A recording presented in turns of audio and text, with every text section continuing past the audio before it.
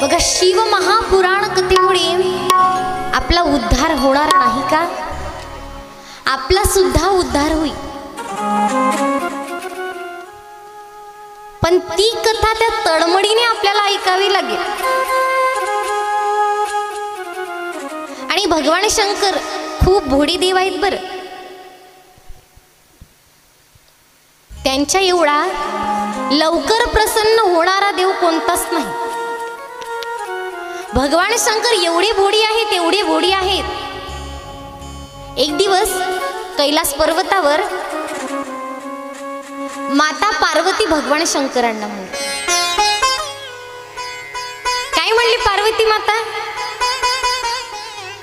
प्रभू, तुम्ही ना नुसतं घरामध्ये बसूनच असता,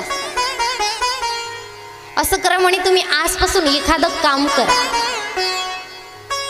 भगवान शंकर म्हणले, पार्वती कोणतं काम करू मी? तुम्ही असं करा म्हणे, पृथ्वीवर जाऊन तुम्ही शेती करा. तर शेती करायची, पण आता जागा कोण देईल आपल्याला शेती करायला? तोही मोठा प्रश्न आहे. तसेच तर शेतीला खूप भाव आलेले आहेत. जेवढे पिकाला भाव नाही तेवढे कोणाला भाव आहेत? आज जो शेतकरी आपल्याकरता शेतामध्ये राब राबतो,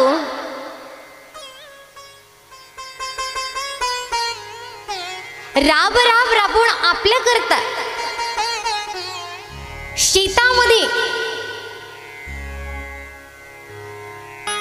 अन्न निर्माण करतो, आणि आज त्या शेतकऱ्यामुळे आपलं पोट भरतं. पण आज जेवढी किंमत त्या शेतकऱ्याला नाही तेवढी किंमत कोणाला आहे? त्याच्या जमिनीला आहे. जेवढी किंमत त्याच्या पिकाला नाही तेवढी किंमत कोणाला आहे? त्याच्या जमिनीला आहे. इथे ज्या वेळेला पार्वती माता भगवान शंकरांना म्हणली, तुम्ही असं करा, तुम्ही शेती करा. तर शेती करायचं म्हटलं म्हणजे जागा पाहिजे. तर त्यावेळेला भगवान कृष्णांचा अवतार झालेला होता. म्हणून पार्वती माता म्हणली, तुम्ही जा, भगवान कृष्णाला सांगा की शेती करायची आहे, तुम्ही आम्हाला जागा द्या. भगवान शंकर नंदीला घेऊन भगवान कृष्णाच्या जवळ आले आणि भगवान कृष्णाला म्हणतात, प्रभू मला शेती करायची आहे. भगवान श्रीकृष्ण म्हणले, तुम्हाला जी जागा पाहिजे ती घ्या. आता शेती करायला काय पाहिजे? बैल पाहिजात. आता बैलाची काही गरजच नाही. सगळं विज्ञानाचं युग आलेलं आहे, म्हणून आता सगळे कामं कशाने होतात? यंत्रानेच होतात. तर काही दिवसांना असं होईल माहितीये का, शेतामध्ये मजूर सुद्धा लागणार नाही. तुम्हाला सगळ्यांना घरीच राहावं लागेल. तुमच्यावरचे सगळे काम यंत्रच करणार. इथे काही प्रकार घडला. भगवान शंकर नंदीला सोबत घेऊन आलेली होती. एकच नंदी सोबत आहे, दुसरा बैल हवा होता. भगवान श्रीकृष्ण म्हणले, हो आपल्याकडे आहे ना बैल. दुसरा बैल घेतला आणि शेती करायला जेव्हा प्रारंभ करणार, पार्वती मातेने भगवान शंकरांना सांगितलं होतं. काय म्हणली होती पार्वती माता? हे बघा म्हणे, तुम्ही जेव्हा पृथ्वीवर जाल ना कृष्णाच्या जवळ, तेव्हा एक अट मांडायची. आणि ती अट म्हणजे कोणती? शेतामध्ये जेवढं वरचं अन्न येईल ना ते तुमचं, आणि खालच्या भागातील अन्न कृष्णाचं. अट मांडलेली होती पार्वती मातेने. म्हणून भगवान शंकर भगवान श्रीकृष्णाला म्हणतात, प्रभू मी शेती करेल, पण शेती करण्या अगोदर माझी एक अट आहे. ती म्हणजे कोणती? वरचं पीक माझं राहील आणि खालचं तुमचं राहील. भगवान श्रीकृष्ण म्हणले, ठीक आहे, खालचा भाग माझा आणि वरचा भाग तुमचा. आता भगवान शंकर एवढे भोळे, विचार तर करून आले होते की वरचा भाग आपला आणि खालचा भाग कृष्णाचा, पण शेती कशाची करायची हेच त्यांना माहित नाही. पीक कोणतं उगवायचं हेच त्यांना कळत नाही. अट सांगितली फक्त.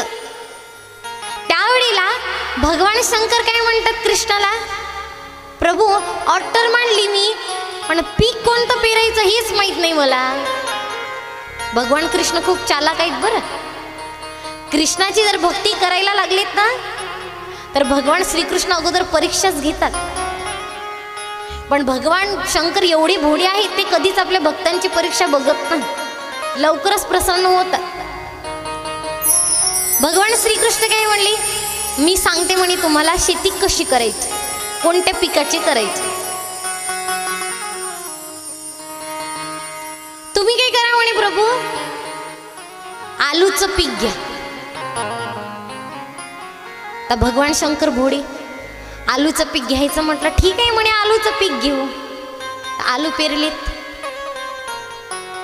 भगवान शंकरांनी सांगितलं, जोपर्यंत पीक येणार नाही तोपर्यंत मी इथे येऊन पाहणार सुद्धा नाही. भगवान श्रीकृष्ण म्हणले ठीक आहे. भगवान शंकर कैलास पर्वतावर निघून गेले. आता आलूचं पीक आलं. तर पीक आल्यानंतर भगवान शंकर शेतामध्ये आले. तर आलू काढले. अट काय मांडलेली होती, खालचा भाग कोणाचा, कृष्णाचा, आणि वरचा भाग भगवान शंकराचा.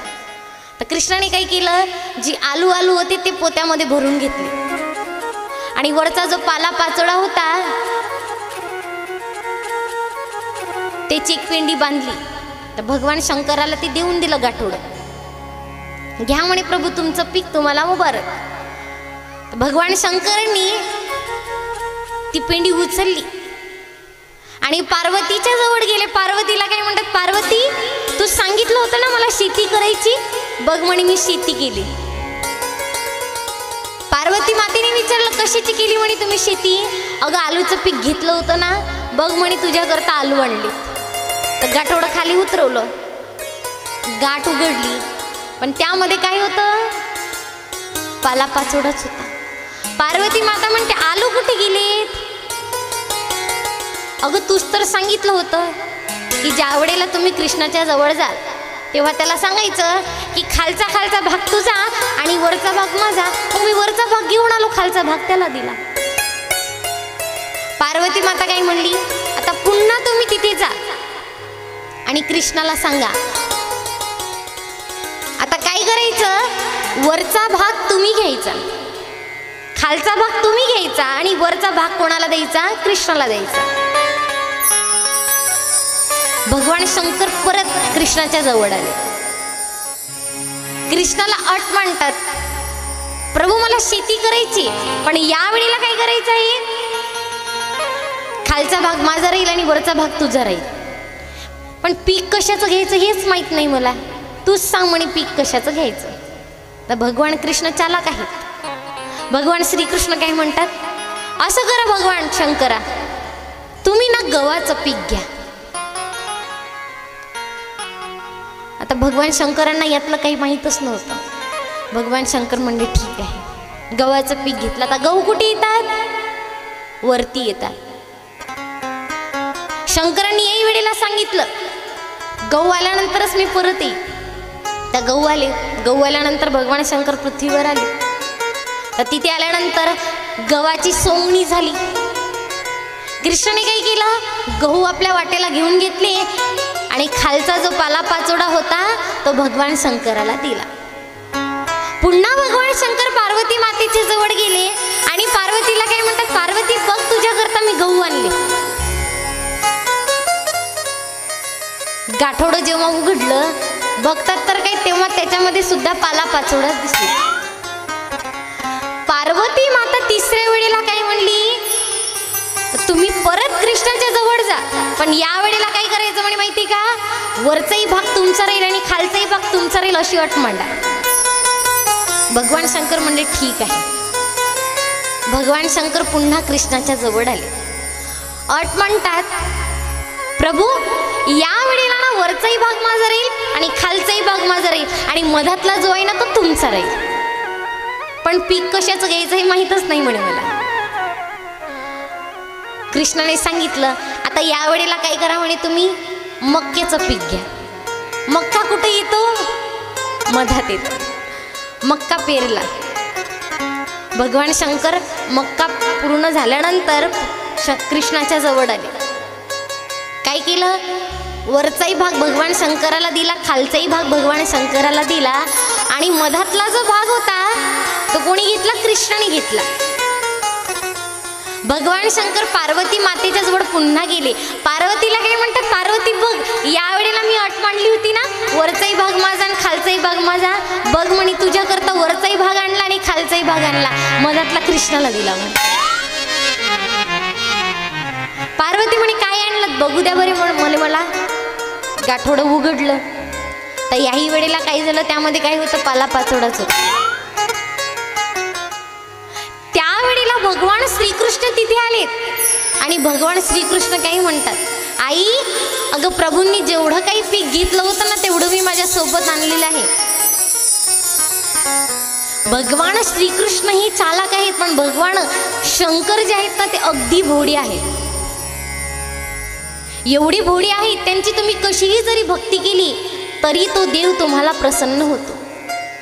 एक लोटा जल जरी त्याला दिलं तरी तो देव प्रसन्न होतो. आणि तुमच्याच्याने जल जरी अर्पित करणं होत नसेल तरी नुसतं तुम्ही भगवंताचं नाम आपल्या मुखामध्ये जरी घेतलं तरी तुमचा उद्धार होतो. एवढं शिवनामामध्ये सामर्थ्य आहे.